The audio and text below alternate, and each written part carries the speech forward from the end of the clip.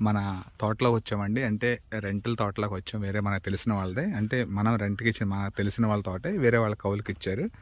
So, దాంట్లో ఏంటంటే వాళ్ళు నర్సరీ ఉంది. నర్సరీలోనే వాళ్ళు రకరకాలుగా కూరగాయలు కూడా పెంచుతూ ఉంటారు. అంటే నర్సరీ అండి. నర్సరీలో మనకు తెలుసు కదా! అన్ని రకాలు ఇస్తారు. మనకు రకరకాల కూరగాయలు అంటే మిరప, వంగ, టమోటా, మిర్చి, క్యాబేజీ, కాలీఫ్లవర్ అలాంటి మొక్కలన్నీ కూడా ఇక్కడ పెంచి అయితే వీళ్ళు అమ్ముతారు. సో, ఇది ఒక 10 ఏళ్ల నుంచి ఇక్కడ నడుస్తుంది నర్సరీ.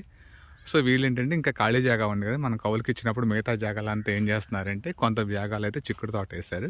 కొంత జాగాలో మొక్కజొన్న వేశారు. కొంత జాగాలో నర్సరీ పెట్టారు అట్లా. సో, వీళ్ళు ప్రతి ఎవ్రీ ఇయర్ ఏం చేస్తారంటే ఈ ఖాళీ జాగాలో ఒక ఎకరం ఉంటదండి. సుమారు ఒక ఎకరం ఉంటది ఈ ఖాళీ జాగా. ఈ ఎకరాలు ఏంటంటే ఒక సంవత్సరం మిర్చి పెడతారు. ఒక సంవత్సరం టమాటా, ఒక సంవత్సరం అట్లా మార్చి పెడతారు.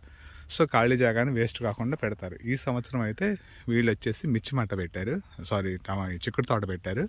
సో, చిక్కుడు కూడా పాకుడు చిక్కుడు పెట్టారండి.